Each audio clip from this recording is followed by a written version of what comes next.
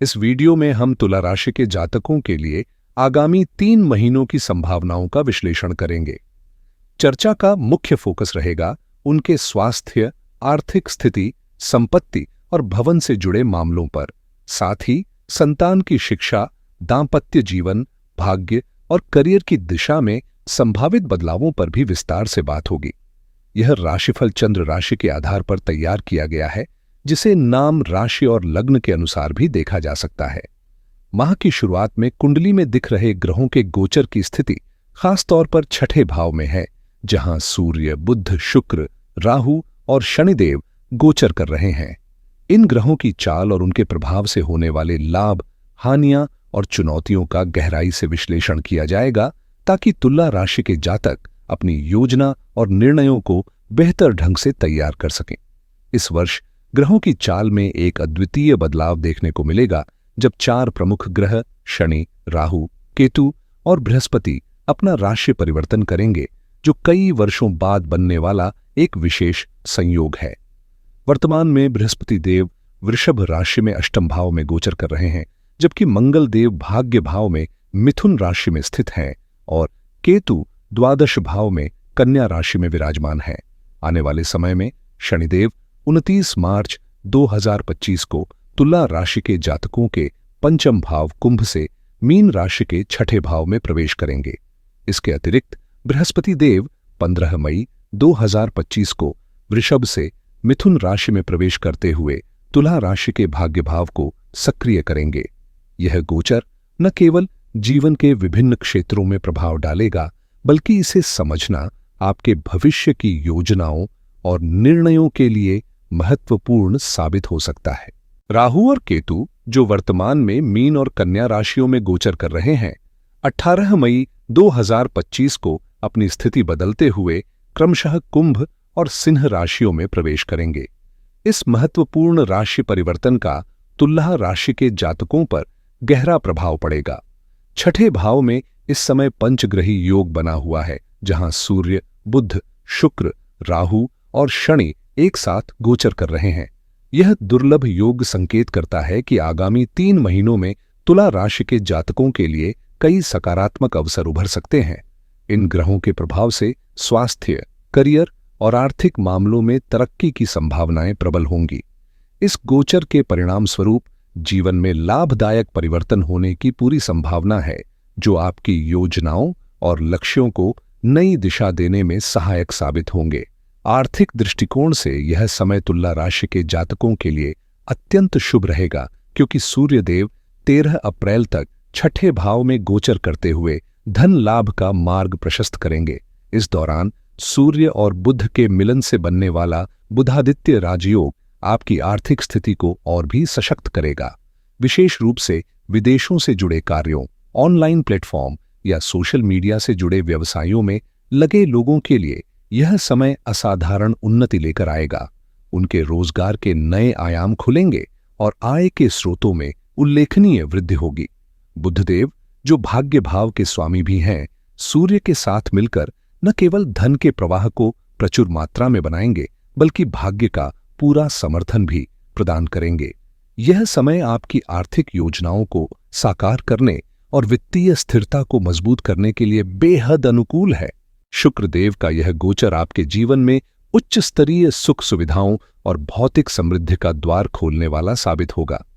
अष्टम भाव के स्वामी होकर छठे भाव में विराजमान शुक्र अपने शुभ प्रभाव को और अधिक बढ़ा देंगे। खासतौर पर वे लोग जो विलासिता, सौंदर्य प्रसाधन, आभूषण, जेमस्टोन या घर की सजावट जैसे क्षेत्रों में काम कर रहे हैं या इनसे जुड़ा रोजगार शुरू करने की सोच रहे हैं, उन्हें अप्रत्याशित लाभ मिलने की संभावना है। शुक्र, जो भौतिक सुख सुविधाओं और रिनोवेशन से जुड़ी चीजों के कारक हैं, इस अवधि में आपके प्रयासों को सफलता में बदलने का कार्य करेंगे। अगर आप अपने घर को सजाने, संवारने या अपने व्यवसाय में लग्जरी तत्व जोड़ने की योजना बना रहे हैं, तो यह समय बेहद अनुकूल रहेगा। 31 मई तक शुक्रदेव का यह प्रभाव आपकी आर्थिक स्थिति और जीवन शैली में सकारात्मक बदलाव लाने का अवसर प्रदान करेगा। 31 मई के बाद शुक्रदेव मेष राशि में प्रवेश करेंगे और 29 जून तक वहीं गोचर करेंगे। इस दौरान सप्तम दृष्टि से अपनी राशि को देखने के कारण आपका मान सम्मान और यश में वृद्धि होगी। स्वास्थ्य बेहतर रहेगा, अधूरे कार्य पूरे होंगे और पुरानी परेशानियों से मुक्ति मिलेगी। इसके साथ ही समाज में आपकी प्रतिष्ठा और सम्मान भी बढ़ेगा। 29 जून के बाद शुक्रदेव मिथुन राशि में अष्टम भाव में प्रवेश करेंगे। यह स्थिति सामान्यतः शुभ मानी जाती है और चूंकि शुक्र अपने ही स्वभाव की अनुकूल राशि में गोचर करेंगे, उनके प्रभाव और भी अधिक सकारात्मक रहेंगे। इसका अर्थ है कि अप्रैल, मई और जून के दौरान शुक्रदेव तुला राशि के जातकों को विशेष रूप से अनुकूल और लाभकारी परिणाम प्रदान करेंगे। यह समय आपकी आकांक्षाओं को साकार करने और जीवन के कई क्षेत्रों में उन्नति का अनुभव करने के लिए अनुकूल रहेगा। राहु देव का प्रभाव इस समय विशेष रूप से शुभ रहेगा क्योंकि वे छठे भाव में गोचर कर रहे हैं, जो ज्योतिष में उनके लिए एक अत्यधिक अनुकूल स्थिति मानी जाती है। राहु देव जो स्वयं दैत्य हैं, शुक्रदेव के मार्गदर्शन में शुभ फलों को बढ़ाने का कार्य करेंगे क्योंकि शुक्रदेव दैत्यों के गुरु और राहु के परम मित्र हैं। यह सामंजस्य राहु के प्रभाव को और भी सकारात्मक बना देगा। तृतीय, छठे और 11वें भाव में राहु का गोचर अक्सर राजयोग जैसे फल प्रदान करता है और इस स्थिति में तुला राशि के जातकों को उन्नति, सफलता और प्रतिष्ठा की प्राप्ति होगी। शुक्रदेव की शुभ स्थिति और राहु देव के समर्थन से इस अवधि में जीवन के विभिन्न क्षेत्रों में प्रगति के द्वार खुलेंगे। यह समय विशेष रूप से उन लोगों के लिए फलदायी साबित होगा जो महत्वाकांक्षी योजनाओं और बड़ी उपलब्धियों की ओर बढ़ने का प्रयास कर रहे हैं। 29 मार्च 2025 को शनिदेव पंचम भाव से कुंभ राशि को छोड़ते हुए मीन राशि में प्रवेश करेंगे, जहां राहु और शुक्रदेव पहले से ही उनकी प्रतीक्षा कर रहे होंगे। इस गोचर के दौरान 29 मार्च से 18 मई 2025 तक शनि और राहु की युति एक विशेष योग, जिसे श्रापित दोष या पिशाच योग कहा जाता है, का निर्माण करेगी। हालांकि तुला राशि और तुला लग्न वाले जातकों के लिए इस योग का कोई नकारात्मक प्रभाव नहीं पड़ेगा। इसका कारण यह है कि शनिदेव शुक्रदेव के साथ योगकारक माने जाते हैं और राहु भी इन दोनों के मित्र हैं। शुक्र और शनि की यह प्रगाढ़ मित्रता और उच्च स्तरीय स्थिति इस अवधि में तुला राशि वालों को हर प्रकार के विपरीत प्रभावों से बचाएगी। यदि आपकी जन्म कुंडली में शुक्र, शनि और राहु की स्थिति मजबूत और शुभ है, तो यह समय आपके लिए प्रगति और सकारात्मक बदलाव लेकर आएगा। यदि आपकी जन्म कुंडली में शुक्र, शनि और राहु की स्थिति कमजोर है, तो इन ग्रहों से शुभता प्राप्त करने के लिए उचित उपाय अवश्य करें। प्रिय दर्शकों, मेरा विनम्र निवेदन है कि इस वीडियो को अंत तक अवश्य देखें, क्योंकि इसके अंत में बताए गए उपाय आपके जीवन में सकारात्मक बदलाव लाने और शुभ फलों की प्राप्ति में सहायक होंगे। अगर अब तक दी गई जानकारी आपको उपयोगी और रोचक लगी हो, तो कृपया कमेंट में जय श्री राम या जय श्री हनुमान लिखना न भूलें। साथ ही चैनल को लाइक, सब्सक्राइब और शेयर करें ताकि यह जानकारी और लोगों तक पहुंच सके। ध्यान दें कि इन 5 ग्रहों की सप्तम दृष्टि द्वादश भाव पर पड़ रही है, जिससे विदेशों में रहने वाले जातकों को नए अवसर और प्रगति के बेहतर संकेत मिल सकते हैं। इस समय शुक्रदेव की उच्च स्थिति, राहु का छठे भाव में गोचर और शनिदेव का शुभ प्रभाव तुला राशि के जातकों के लिए कई सकारात्मक बदलाव लेकर आएंगे। छठे भाव में राहु और शनि दोनों आपके रोग, आर्न और शत्रुओं को दूर करने में सहायक होंगे। यदि कोई पुराना रोग आपको परेशान कर रहा है, तो उसमें धीरे धीरे सुधार देखने को मिलेगा। शत्रु आपके सामने टिक नहीं पाएंगे और यदि कर्ज से जुड़े कोई मामले हैं, तो वे भी सुलझने लगेंगे। इसके अलावा यदि आपको कर्ज की आवश्यकता है, तो वह आसानी से उपलब्ध होगा। छठा भाव सेवा, संघर्ष और समर्पण का भी भाव है, जो आपके प्रयासों को फलदायी बनाएगा। शुक्रदेव, जो तुला राशि के लिए राजयोग कारक हैं, इस अवधि को और भी शुभ बना रहे हैं। खासतौर पर वे लोग जो प्रतियोगी परीक्षाओं में हिस्सा ले रहे हैं। शनिदेव के पंचम भाव के स्वामी होने के कारण सफलता की संभावनाओं को प्रबल पाएंगे। पंचम भाव से जुड़ी परिस्थितियां इस समय बेहद अनुकूल रहेंगी, जिससे संतान की शिक्षा और स्वास्थ्य में सुधार होगा। बच्चे अपनी पढ़ाई में रुचि लेंगे और प्रगति करेंगे। जो लोग किसी रिश्ते में हैं, उनके संबंधों में मधुरता और सामंजस्य बना रहेगा। 13 अप्रैल को सूर्यदेव मेष राशि में प्रवेश करेंगे, जहां उनकी उच्च स्थिति उन्हें प्रभावशाली और सकारात्मक परिणाम देने में सक्षम बनाएगी। हालांकि 14 मई से सूर्यदेव अष्टम भाव में आकर कुछ कमजोर हो सकते हैं, जिससे मामूली चुनौतियां सामने आ सकती हैं। इसके बाद 15 जून से सूर्यदेव भाग्य भाव में अपने मित्र बुध के घर में आ जाएंगे, जहां वे आपको विशेष शुभ फल प्रदान करेंगे। इस अवधि में आपके धार्मिक और आध्यात्मिक कार्यों में रुचि बढ़ेगी और भाग्य का पूरा सहयोग मिलने से कई रुके हुए कार्य सहजता से पूर्ण होंगे। भाग्य स्थान में स्थित सूर्यदेव की सप्तम दृष्टि तृतीय भाव पर पड़ते हुए अपने मित्र देवगुरु बृहस्पति के घर को प्रभावित करेगी। 15 मई 2025 के बाद जब सूर्यदेव बृहस्पति के साथ गोचर करेंगे, तो आपके करियर में उल्लेखनीय प्रगति के संकेत मिलेंगे। इस अवधि में आप न केवल स्मार्ट वर्क करेंगे, बल्कि आपकी मेहनत भी रंग लाएगी। कार्यस्थल पर आपकी उपलब्धियों की प्रशंसा होगी और आपकी ऊर्जा और क्षमता नए स्तर तक पहुंचेंगी। 7 मई से बुधदेव का मेष राशि में गोचर आपकी राशि को सप्तम दृष्टि से प्रभावित करेगा। बुधदेव, जो आपके भाग्य स्थान के स्वामी और योग कारक हैं, आपके जीवन में सकारात्मक बदलाव लाने का कार्य करेंगे, जिससे न केवल भाग्य आपका साथ देगा, बल्कि आपके प्रयास भी सफल होंगे। आपकी राशि के स्वामी बुधदेव का प्रभाव आपके जीवन में विशेष रूप से सकारात्मक रहेगा। उनकी कृपा से आपका मान सम्मान बढ़ेगा और आपको हर दिशा में सफलता और लाभ के अवसर प्राप्त होंगे। भाग्य से जुड़े महत्वपूर्ण कार्य सहजता से पूर्ण होंगे और धर्म कर्म के प्रति आपकी रुचि भी बढ़ेगी। बुधदेव, जो भाग्येश होते हुए सप्तम भाव में विराजमान हैं, न केवल आपकी राशि को देख रहे हैं, बल्कि विदेश में कार्यरत और ऑनलाइन प्लेटफॉर्म से जुड़े लोगों के लिए भी विशेष शुभ फल प्रदान करेंगे। 23 मई को बुधदेव वृषभ राशि में प्रवेश करेंगे, जहां उनका प्रभाव थोड़ा कमजोर हो सकता है। हालांकि 6 जून से जब वे मिथुन राशि में अपने भाग्य स्थान में पहुंचेंगे और स्वगृही हो जाएंगे, तो उनके प्रभाव से आपको अत्यंत लाभकारी परिणाम देखने को मिलेंगे, जो आपकी प्रगति और समृद्धि में 4 चांद लगा देंगे। भाग्य का सितारा इस समय ऊंचाई पर रहेगा और आपकी बुद्धि व कार्य क्षमता नई ऊंचाइयों को छुएगी। 13 अप्रैल को जब सूर्यदेव अपनी उच्च राशि मेष में प्रवेश करेंगे, तो एक चतुर्ग्रह योग का निर्माण होगा। इसके बाद 7 मई को बुधदेव के मेष राशि में गोचर करने से त्रिग्रही योग बनेगा।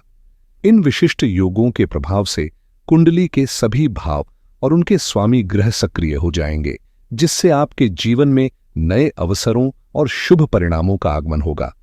तुला राशि के जातकों को इस अवधि में खास तौर पर अनुकूल परिस्थितियों का लाभ मिलेगा, बशर्ते उनकी जन्म कुंडली में ग्रह मजबूत और शुभ स्थिति में हो। वहीं जिनकी कुंडली में ग्रहों की स्थिति कमजोर हो, वे उचित उपायों के माध्यम से इन ग्रहों की सकारात्मक ऊर्जा और अनुकूलता प्राप्त कर सकते हैं, जिससे उनके जीवन में भी सुखद बदलाव संभव हो सके। देवगुरु बृहस्पति इस समय अष्टम भाव में गोचर कर रहे हैं और अपनी विशेष दृष्टियों से द्वादश, धन और चतुर्थ भाव को सक्रिय कर रहे हैं। इसका प्रभाव यह होगा कि धन का प्रवाह रहेगा, लेकिन अधिकांशतः यह खर्च शुभ और सार्थक उद्देश्यों पर होगा, जैसे धार्मिक गतिविधियों या दीर्घकालिक योजनाओं में निवेश। ज्योतिष में सबसे शुभ माने जाने वाले बृहस्पति आपकी राशि के स्वामी की उच्च स्थिति के साथ मिलकर आपके शारीरिक और मानसिक स्वास्थ्य को भी संबल प्रदान करेंगे। इनके प्रभाव से न केवल आपके परिवार और वाणी पर सकारात्मक असर पड़ेगा, बल्कि धन संबंधी योजनाओं में भी स्थायित्व और लाभ की संभावनाएं प्रबल रहेंगी।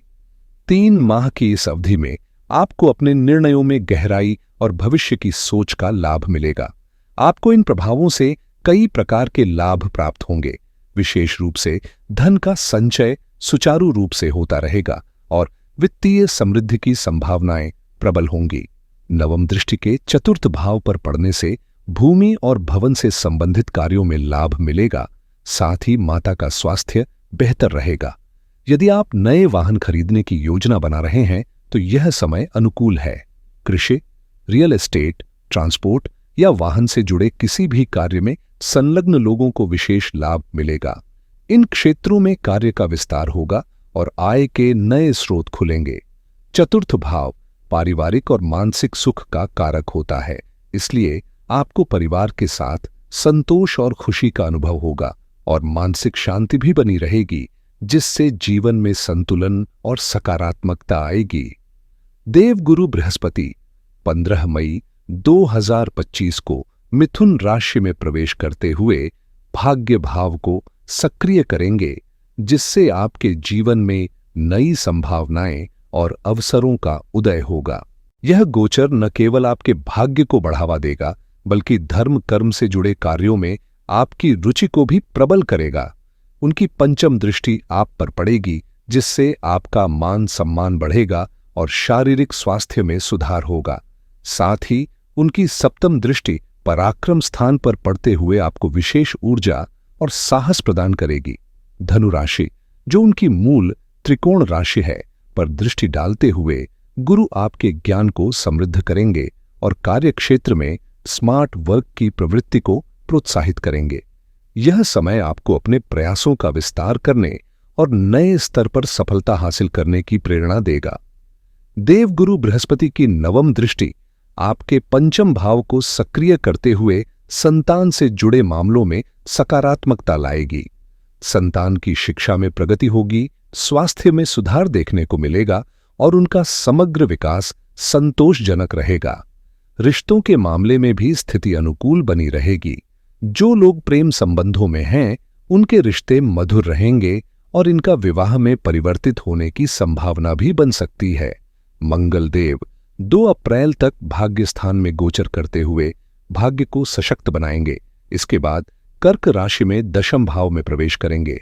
यह स्थान केंद्र भाव है, जो मंगल के लिए फलदायक है। हालांकि उनका नीचित्व उन्हें थोड़ी कमजोर स्थिति में रखेगा। फिर भी सही व्यवहार और ज्योतिषीय उपायों के जरिए मंगल की कृपा प्राप्त की जा सकती है।